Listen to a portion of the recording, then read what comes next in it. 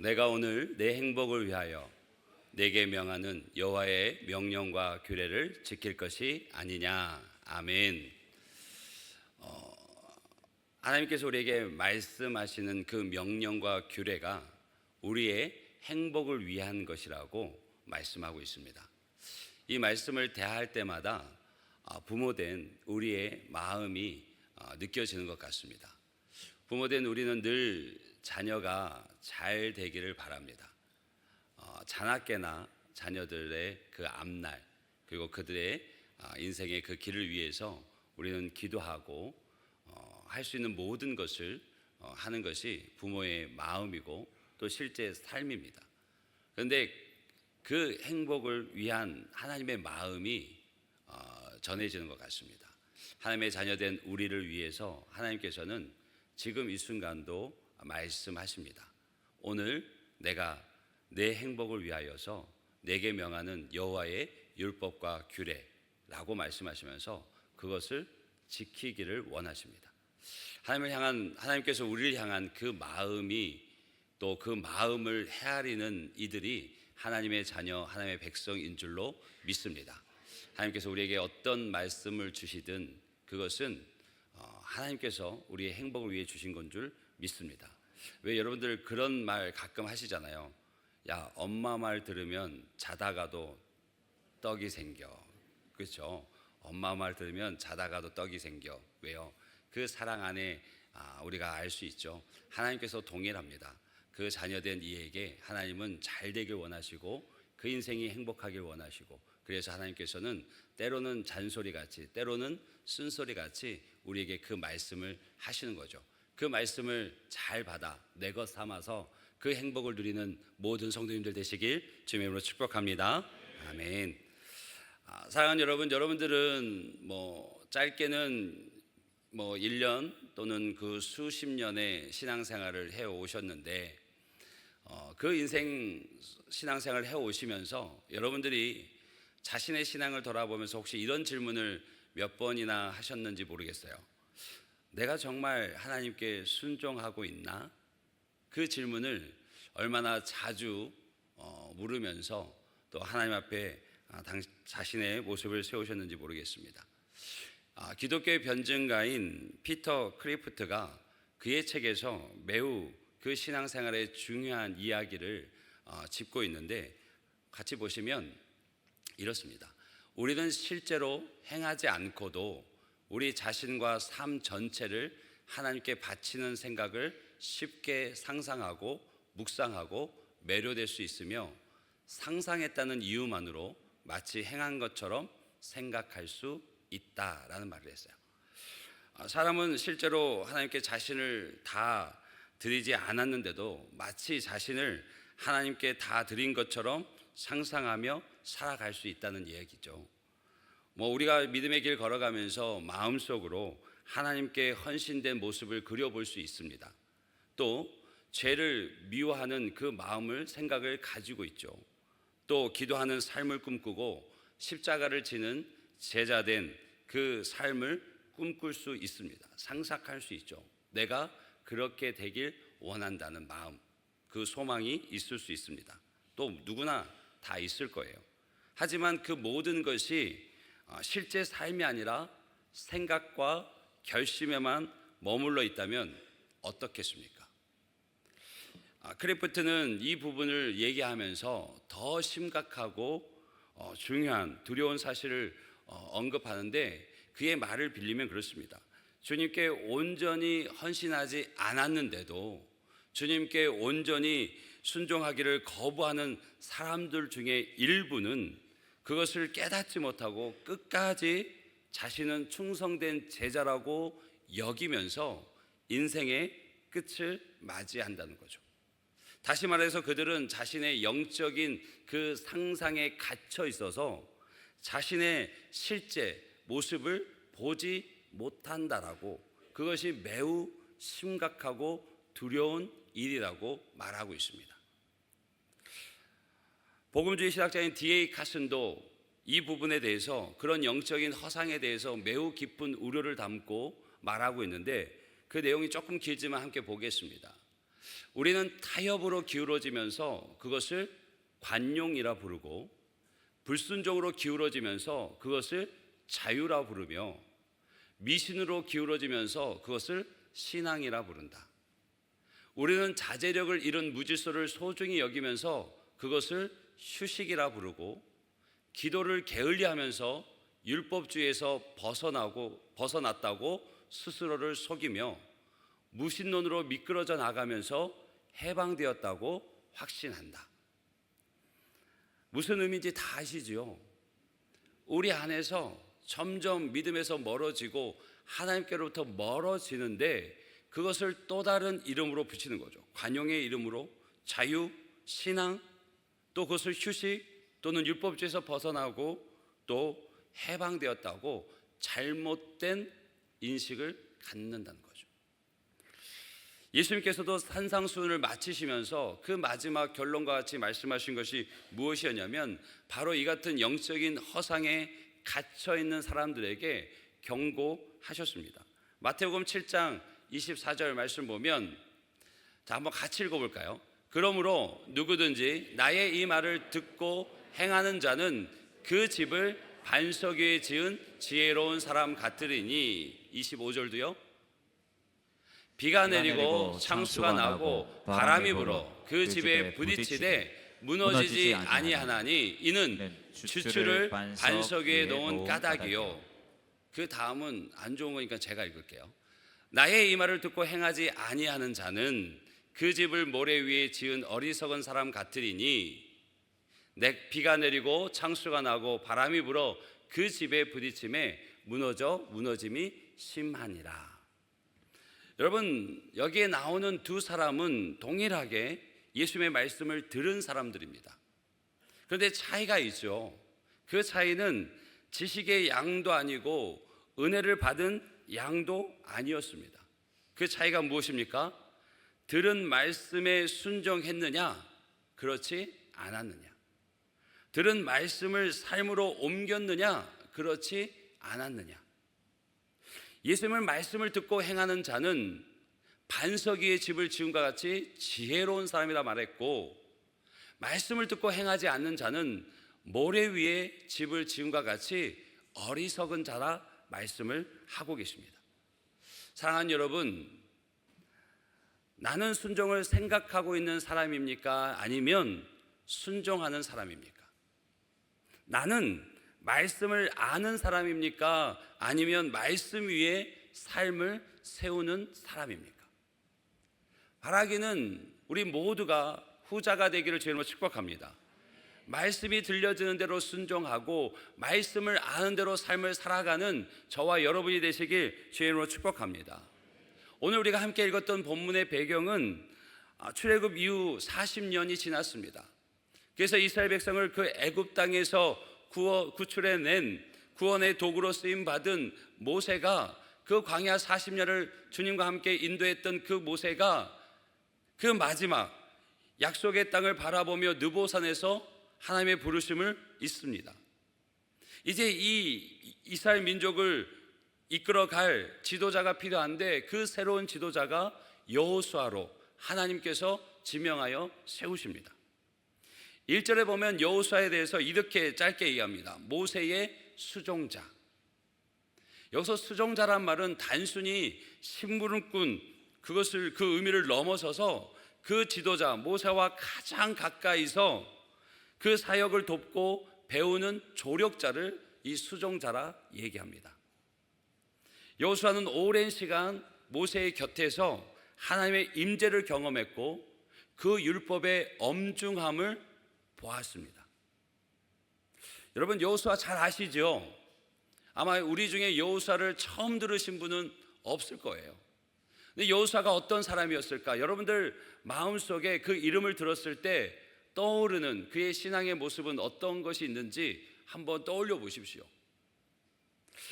모세와 비교해 보면 이 여호수아의 인생에 출생에 특별한 것도 없고, 그 인생에 어떤 극적인 삶도 찾아보기는 힘듭니다.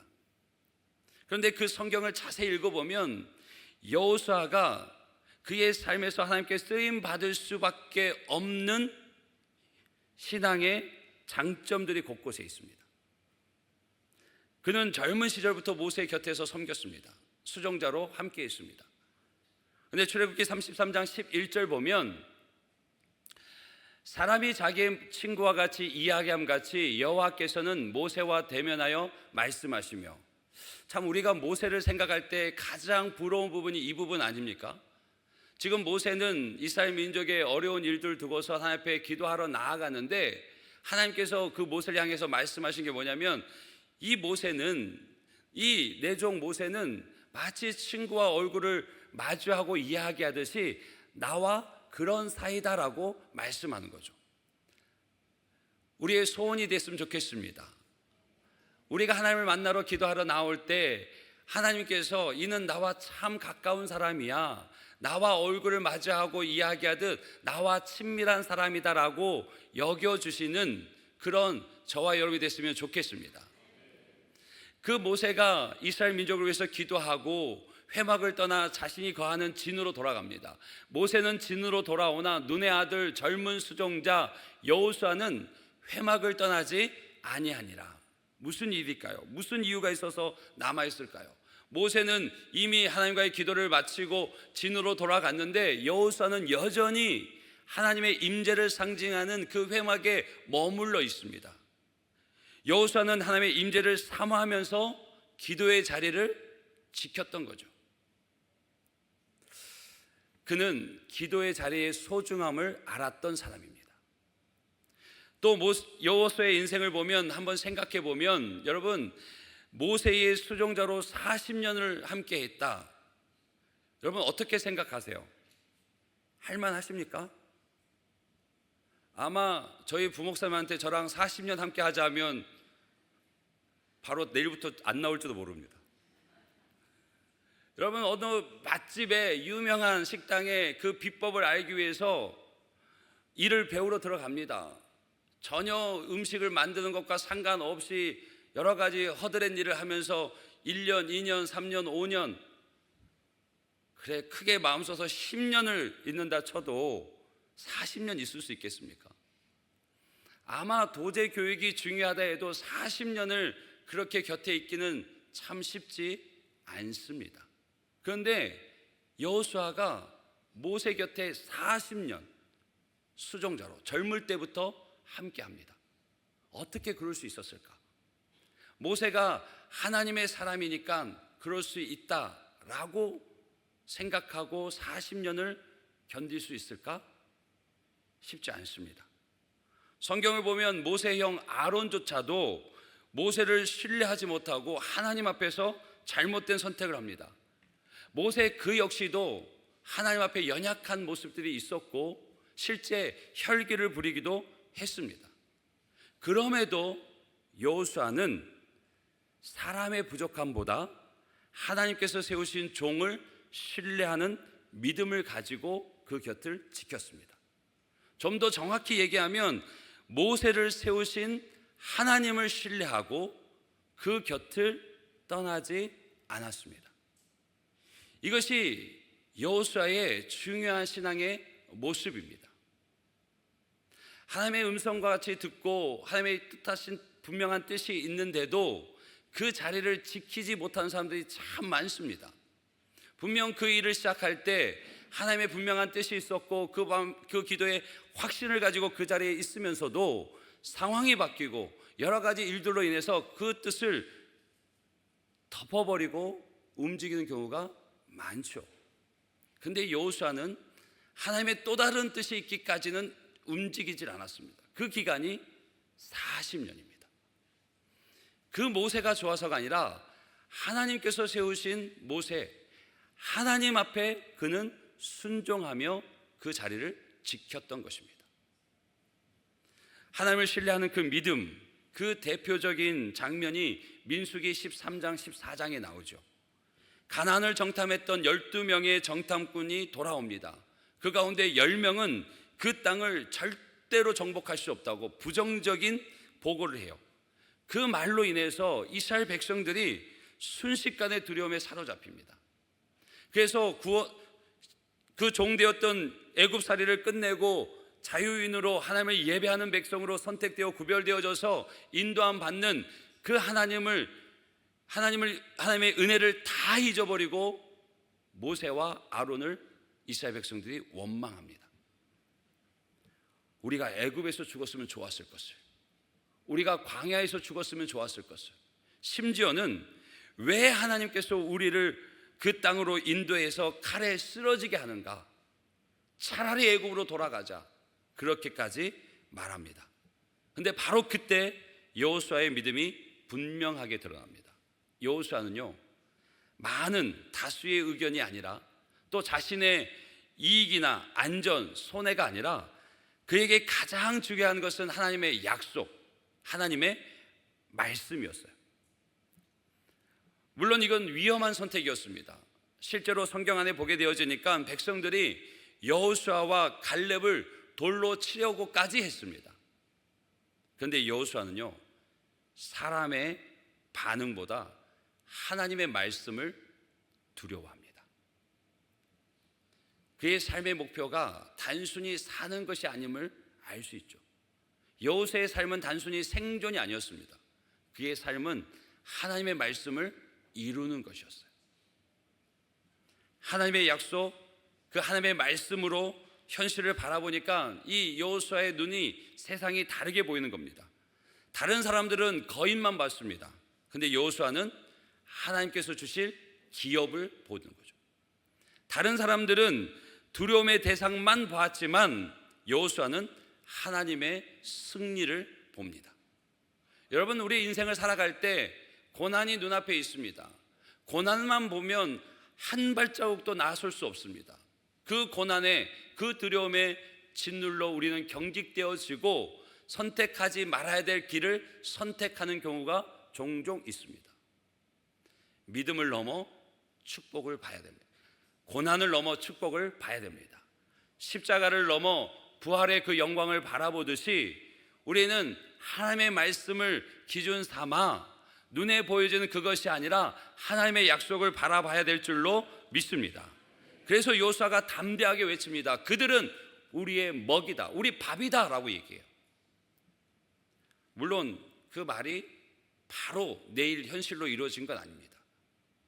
이스라엘 백성들이 하나님의 은혜를 기억지 못하고 10명의 정탐꾼들의 말을 따라서 두려움에 쌓여서 그 불순종의 결과로 40년을 돌게 되어지는데 여호수아도 함께 40년을 돕니다. 그 40년 동안 여호수아는 자신의 믿음을 변명하거나 포기하지 않습니다. 여전히 하나님의 약속을 믿고 걸어갑니다. 그래서 마침내 긴 세월 40년이 지나고 약속의 땅에 들어간 사람은 하나님의 약속을 끝까지 믿고 걸었던 단 두 사람, 누구죠? 여호수아와 갈렙.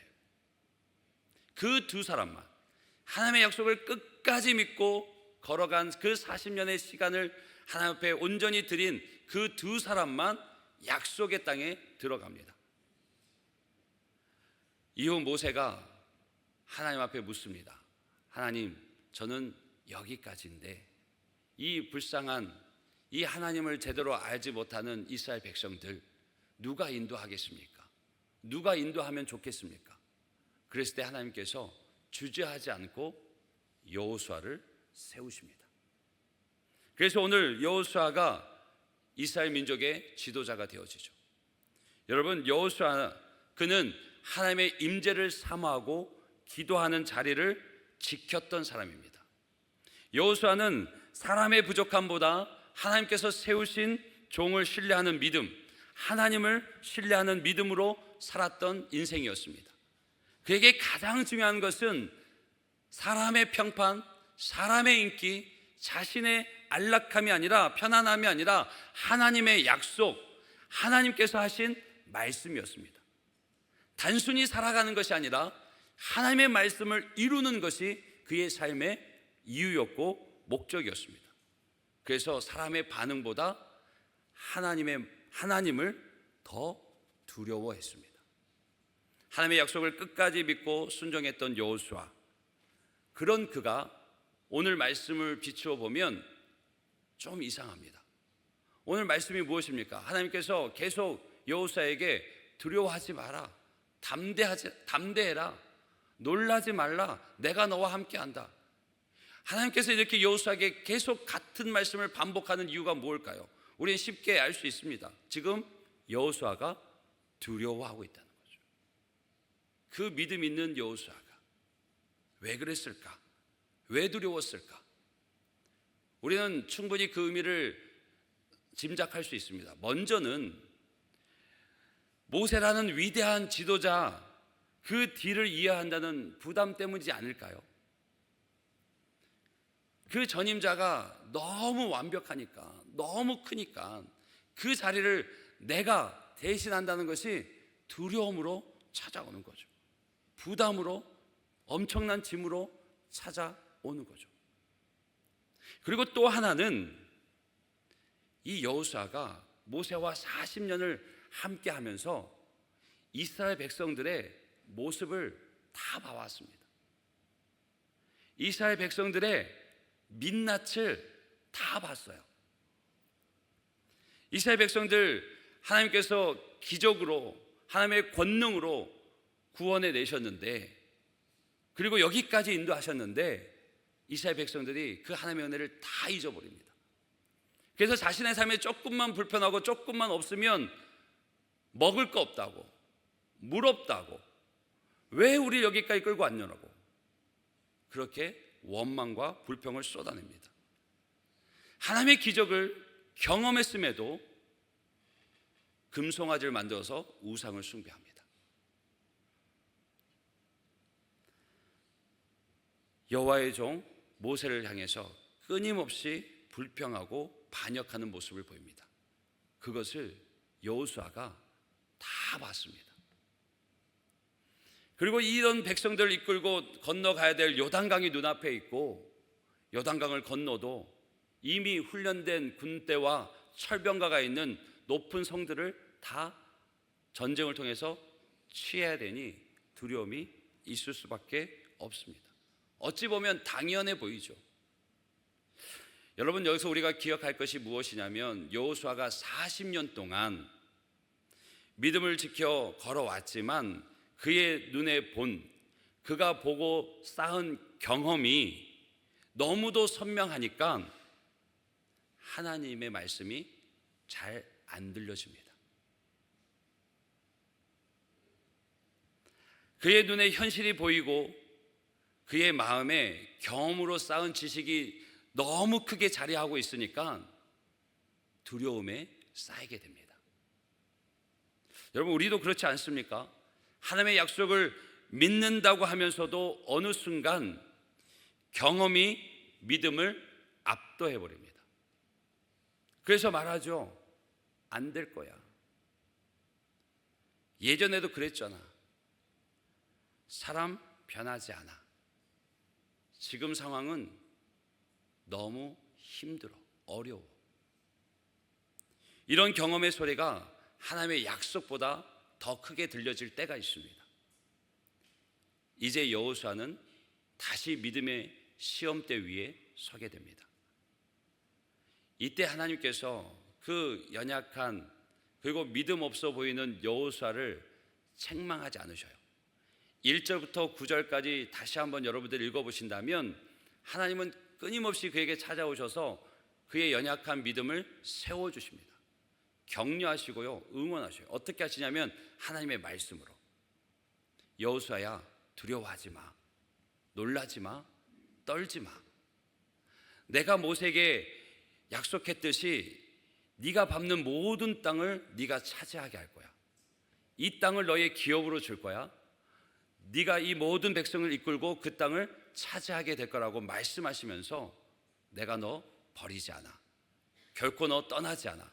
내가 반드시 너를 인도하여서 내 말의 성취를 보게 할 거야 라고 말씀하십니다. 그러면서 우리 하나님, 여러분에게 하나님은 어떤 하나님이세요? 여러분에게 하나님은 어떤 하나님이세요? 무서운 하나님? 호통치시는 하나님? 너 이거 왜 안 했어? 잔소리 하시는 하나님? 나도 알고 있는데 자꾸 쓴소리 하시는 하나님? 너무너무 좋은 하나님?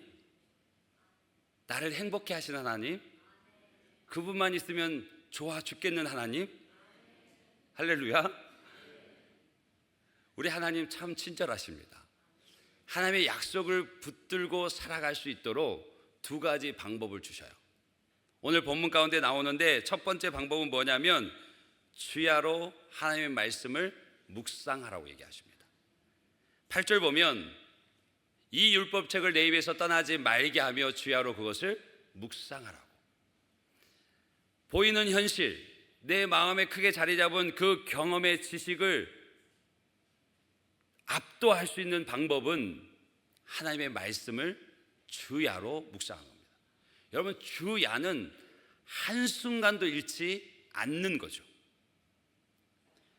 하나님께서는 여호수아에게 가장 먼저 방법을 주신 것이 뭐냐면 내 말로 너의 마음을 채워라죠. 두려움은 현실을 바라볼 때 커지고 믿음은 하나님의 말씀을 바라볼 때 자라갑니다.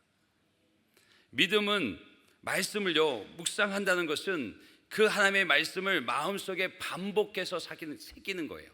주야로. 2기 제자훈련이 이제 곧 마무리되는데 제자훈련 하는 분들이 늘 공통적으로 힘들어하는 게 뭐냐면 말씀을 암송하는 겁니다. 여러분, 말씀 암송하는 거 어떠세요? 아마 이 중에 절반은 그거 나와 상관없는 일이야. 그런데 하나님은 끊임없이 말씀하세요. 주야로 그 말씀을 묵상하라고.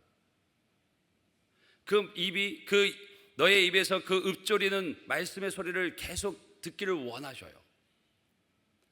우리 제자훈련생들 참 힘들어하는데 지지난주에 말씀 암송 테스트를 했어요. 그동안 외웠던 말씀을 다 손으로 쓰게 했습니다. 할렐루야.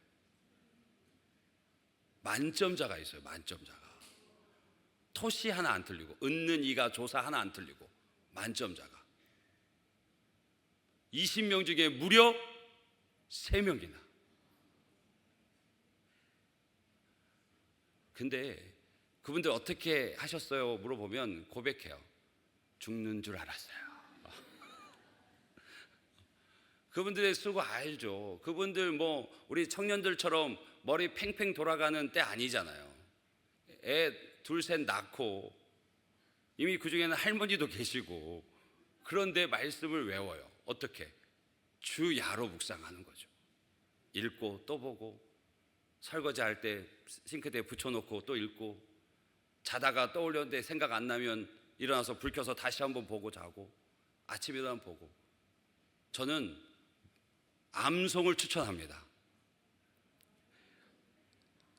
크게 기대는 안 했어요. 여러분, 암송 하십시오. 할렐루야. 여러분 많이 읽기도 하지만 주님께서 주시는 마음에 감동이 되는 말씀을 옛날에는 손바닥에 적었잖아요. 안 잊어버리려고. 핸드폰에 찍어도 두시고 메모도 해하시면서 끊임없이 읽으세요. 여러분들 사진에 가장 전면에 가장 사랑하는 이의 얼굴이 있잖아요. 그렇죠? 손자가 있고 손녀가 있고 자식들이 있고 거기에 때로는 말씀이 좀 차지했으면 좋겠습니다. 할렐루야. 그래서 딱 키면 말씀 먼저 읽고 다음 사랑하는 사람들 보고. 별로 감동이 없으시네. 주야로 말씀을 묵상할 때 하나님의 주신 말씀을 붙들고 살아갈 수 있습니다. 두 번째 방법은 그 말씀을 지켜 행할 때입니다. 7절 말씀 보면 모세가 내게 명령한 그 율법을 다 지켜 행하고 우로나 좌로나 치우치지 말라라고 얘기해요. 또 8절 말씀 보면 그 안에 기록된 대로 다 지켜 행하라라고 말씀하셔요. 묵상이 순종으로 이어질 때 그때 비로소 능력이 됩니다. 아멘이십니까? 하나님의 말씀은 아는 것으로 끝나는 것이 아니라 삶으로 옮겨질 때 역사가 일어납니다. 기적이 일어납니다. 아멘이십니까? 그 말씀을 따라 지켜 행하는데 우로나 좌로나 치우치지 말라 그래요. 순종은요, 하나님의 말씀에 자신의 생각과 경험을 더하거나 빼지 않는 것입니다. 여호수아가 승리할 수 있었던 것은 군사적인 능력이 아니라 하나님의 말씀대로 그대로 행하였더니 그 순종 속에서 승리를 경험하게 됩니다. 여러분, 하나님의 말씀을 마음에 품고 그 말씀대로 살아가시길 주님으로 축복합니다. 그럴 때 하나님께서 친히 함께 하시고 당신의 말씀을 당신의 능력으로 이루어 가십니다. 여호수아는 두려움이 없는 사람이 아닙니다. 그러나 그에게는 하나님의 말씀을 신뢰하였기에 두려움을 이길 수 있었습니다. 순종은 믿음이 행동으로 나타난 모습입니다. 믿음은 순종으로 완성됩니다. 우리 한번 자신을 돌아볼까요? 우리는 하나님 말씀을 믿는다고 고백하시죠? 믿으시죠? 근데 실제 삶에서 얼마나 많은 순간 내 경험을 더 믿고 내 계획을 더 신뢰하고 내 형편을 더 중요하게 여기며 살아오지는 않았는지, 하나님께서 하라 말씀하시면 계산부터 하고 하나님께서 가지 말라 하시면 이유부터 따지진 않았는지, 하나님 나라를 말하면서도 정작 우리의 관심은 세상의 성공과 인정에 머물러 있지는 않았는지, 하나님 사랑한다고 고백하면서도 실제로는 내 안에 하나님보다 더 소중하게 여기는 것이 있지는 않았는지 돌아봐 보십시오. 여러분, 순종하지 않는 것은 단순히 명령 하나를 어기는 문제가 아니라, 순종하지 않으면, 하나님의 말씀을 알고도 그 말씀대로 행하지 않으면 하나님의 말씀이 아니라 우리 마음에 다른 소리들이 들어오기 시작합니다.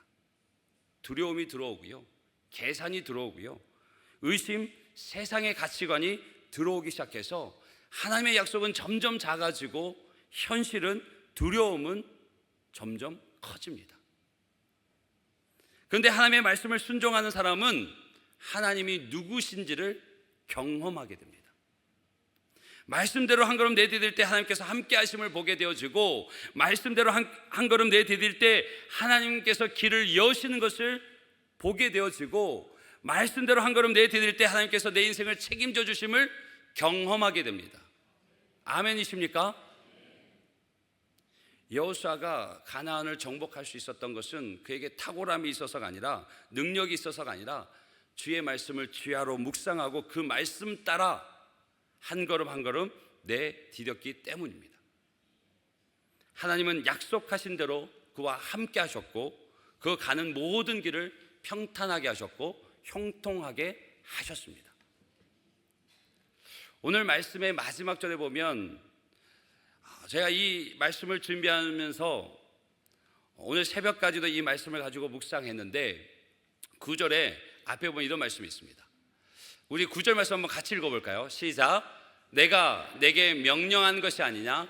강하고 담대하라. 두려워하지 말며 놀라지 말라. 내가 어디로 가든지 내 하나님 여호와가 너와 함께 하느니라 하시니라. 아멘. 이 말씀이 여러분들의 삶의 현실이 되기를 주님으로 축복합니다. 근데 이 말씀 앞에 뭐라 얘기하시면, 내가 너에게 명령한 것 아니냐? 내가 누굽니까? 하나님입니다. 여러분, 하나님 믿으십니까? 하나님의 능력을, 전능하심을 믿으십니까? 하나님께서 보지 못하는 것이 없음을 믿으십니까? 그 하나님이 여러분을 사랑하시는 것을 믿으십니까? 그 하나님이 여러분을 위해서라면 그 아들 예수 그리스도를 내어주시기까지, 독생자를 내어주시기까지 여러분을 사랑하시고 끝까지 사랑하심을 믿으십니까? 그 하나님이 살아계심을 믿으십니까? 아멘이죠. 바로 이 한 구절, 내가 너에게 명령한 것 아니냐, 이것이 기초 위에 순종을 세우는 신앙의 본질입니다. 순종은요, 하나님의 말씀 내가 이해되어서, 하나님의 계획이 납득되어서 따르는 것이 아니라, 말씀하신 분이 하나님이시기 때문에, 말씀하신 분이 하나님이시기 때문에 우리가 순종하는 것입니다. 여러분, 하나님께서 무슨 말씀하셨느냐 그게 중요한 게 아니라 그 말씀하신 분이 하나님이시기 때문에 우리가 순종하는 겁니다. 여호수아도요, 그 인생 앞에 여리고성이 어떻게 무너질지 알 수 없었고 또 아이성 앞에서 패배할지도 알지 못했어요. 그의 일이, 그의 삶이, 그의 걸음이 어떻게 펼쳐질지 알지 못했습니다. 그런데 하나님의 말씀에 순종했더니 난공불락 같은 여리고성이 칼 한 번 휘두르지 않고 무너진 것을 경험했고, 하나님의 말씀에 순종하지 않았더니 능히 가서 이길 수 있는 아이성에서 대패를 합니다. 여러분, 우리의 삶은요, 내 과거의 경험, 미래의 정보가 아니라 하나님 말씀에 순종할 때 승리가 있습니다. 하나님 말씀에 순종할 때 축복이 있습니다. 믿으십니까? 우리도 마찬가지죠. 하나님의 음성이 우리 안에 있어야 됩니다. 말씀이. 그런데 우리는 늘 하나님 앞에 묻습니다. 왜입니까? 언제까지입니까? 어떻게 하시려고 이럽니까? 그렇게 먼저 묻고 싶어 하죠. 이해가 되면 순종하고 결과가 보여지면 움직이려 하는 게 우리 모습 아닙니까? 그런데 하나님은 오늘 우리에게 똑같이 말씀하셔요. 내가 너희에게 명령하는 거 아니냐? 내가 누구냐? 내가 너를 내 아들 예수를 내어주면서까지 사랑하여서 구원해 놓은 하나님 아니냐? 내가 너를 여기까지 인도한 에베네셀의 하나님이 아니냐? 내가 너에게 말하는데 나를 믿지 못하겠느냐? 라고 물으시는 거죠. 여러분은 어떻게 대답하시겠습니까? 순종은 명령의 내용이 아니라 명령하시는 하나님을 신뢰하는 것입니다. 그래서 기초 위에 순종을 세운다는 것은 단순히 착하게 살라 그 얘기가 아니고, 내가 단순히 지킬 수 있는 것 지켜가라 그 얘기가 아니고, 내 삶의 모든 삶의 최종 결정권을 하나님께 드리는 것이 순종입니다. 하나님의 말씀이 내 경험보다 우선하고, 내 계산보다 우선하고, 내 감정보다 우선하고, 내 현실보다 우선하는 더 높은 권위가 되도록 내 삶의 결정권을 하나님께 드리는 것, 그것이 순종입니다. 순종하는 저와 여러분이 되길 주님을 축복합니다. 여러분의 그 믿음이 순종으로 연결되기를 주님을 축복합니다. 믿음은 하나님의 존재를 인정하는 데부터 시작되어지지만, 하나님의 말씀을 내 삶의 최고의 결정 권위로 받아들이고 그 말씀에 순종하며 걸어갈 때 믿음이 믿음으로써 완성되어집니다. 바라기는 저와 여러분이 그 믿음을 가지고 이 험난하고 불안한 세상, 무엇도 마음 둘 수 없는 이 세상에서 굳건하게 걸어가는 하나님의 백성 되시길 주님을 축복합니다. 우리 그 믿음으로 함께 찬양하기를 원합니다. 우리가 찬양할 때 정말 이 가사 한 절 한 절을 여러분 가슴에 새기듯이 고백했으면 좋겠습니다. 누구도 오늘을 살아본 사람은 없습니다. 나이가 적든지 많든지 오늘은 하나님께서 주신 새 날입니다. 그 오늘, 그리고 우리 인생에 대해서 불안과 두려움이 없을 수는 없습니다. 그러나 하나님의 말씀을 주야로 묵상하고 그 말씀을 따라 순종하며 걸어갈 때 두려움은 더 이상 우리 삶의 걸림돌이 되지 않습니다. 오히려 하나님 앞에 더 가까이 나아가는 디딤돌이 되어지고, 우리의 삶 속에서 광야 같은 내 삶, 사막 같은 내 삶, 그 삶에서 하나님께서 어떻게 길을 여시고 어떻게 강이 흐르게 하시는지를 보게 하는 축복의 주인공들이 되실 것입니다. 우리 그 믿음으로 함께 찬양합니다. 나의 가는 길 주님 인도하시네. 나의 가는 길 주님 인도하시네. 그는 보이지 않아도 날 위해 일하시네. 주 나의 인도자 항상 함께 하시네. 사랑과 힘 베푸시며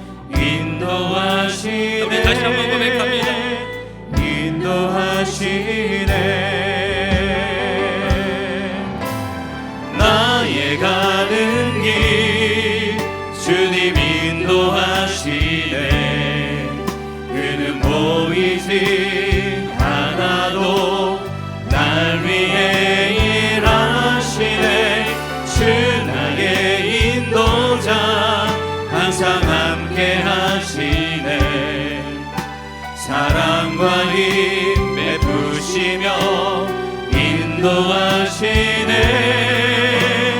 인도하시네. 그분이 광야와 같은 우리 삶의 길을 만드십니다. 길을 만드시고 날 인도해 사망의 강 만드시는 사막의 것을 보게 될 줄 믿습니다. 것 보라. 하늘과 땅 변해도 하늘과 땅 변해도 주의 말씀 영원히 내 삶 속에 내 삶 속에 새 일을 행하실 것입니다.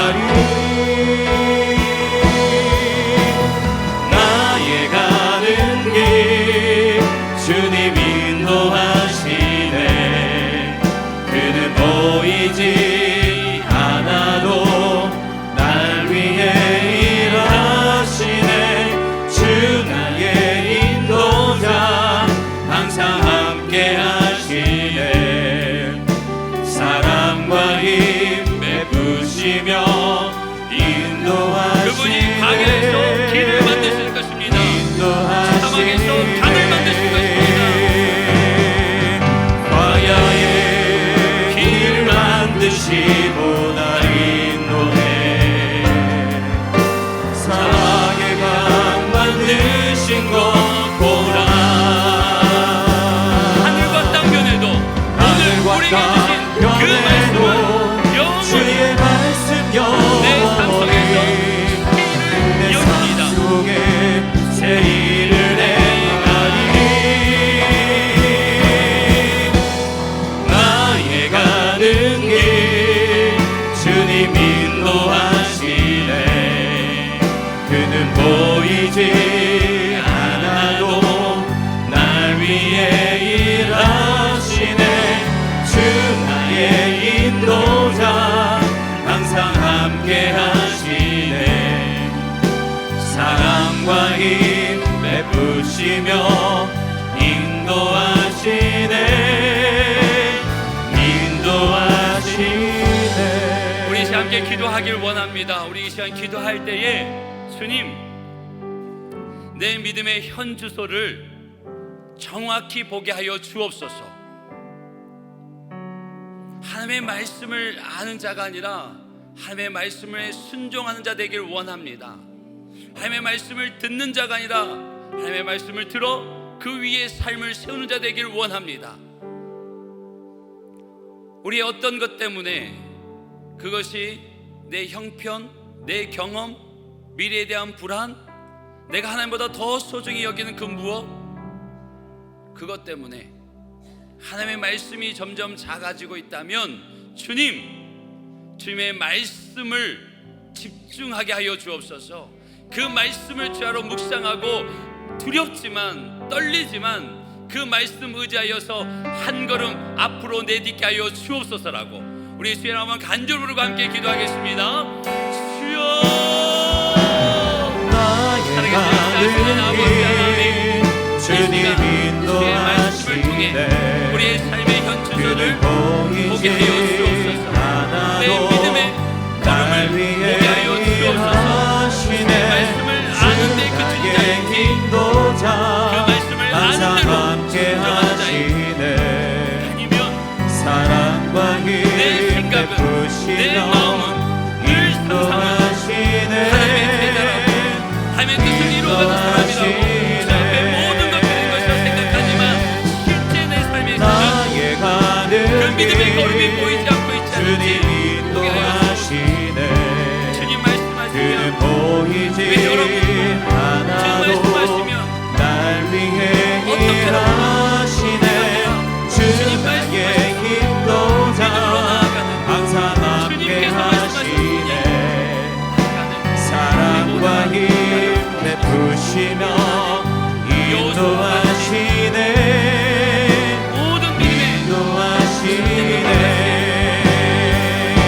오직 믿음으로 살아가는 나의 가는 그 길 믿음의 순종 가운데 주님 걸어가는 우리의 인생이 되게 인도하시네. 하여 주옵소서. 그는 보이지 하나님의 존재를 인지했다면, 날 그 사람을 알고 위해 일하시네. 있다면, 이제는 주 그 나의 하나님을 인도자 하나님의 삶을 되게 항상 하여 함께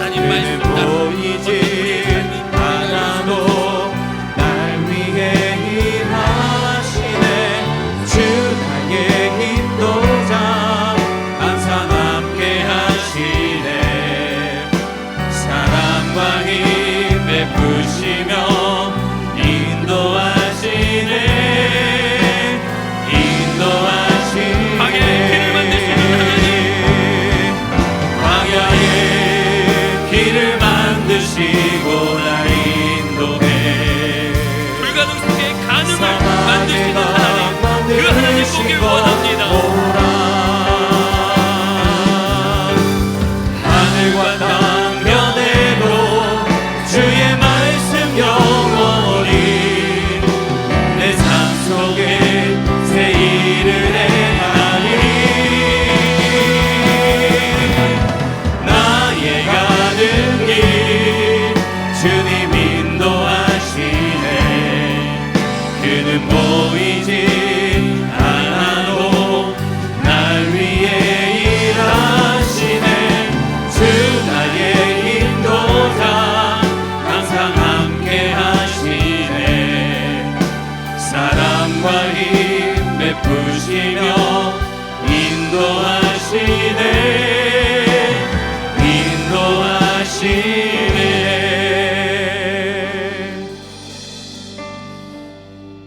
주님의 살아계심을 믿습니다. 주께서 행하신 말씀을 다 이루실 수 있는 능력이 있으신 분임을 믿습니다.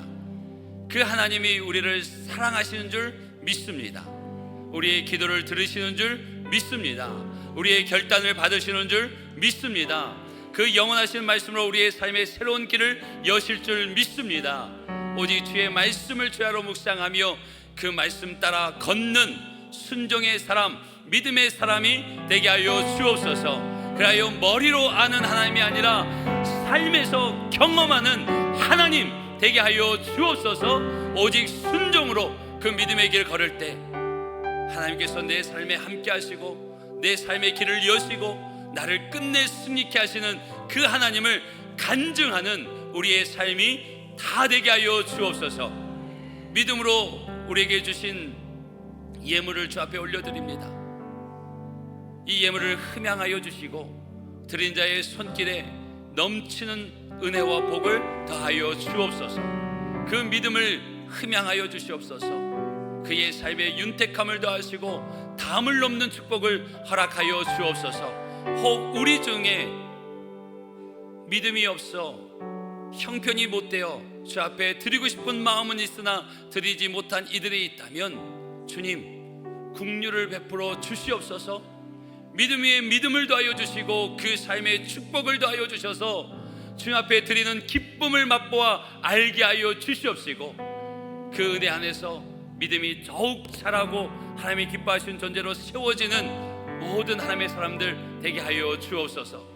이 예물이 쓰여지는 곳마다 말씀의 순종의 역사가 기적이 일어나게 하여 주시옵소서. 예수 그리스도 이름으로 기도합니다.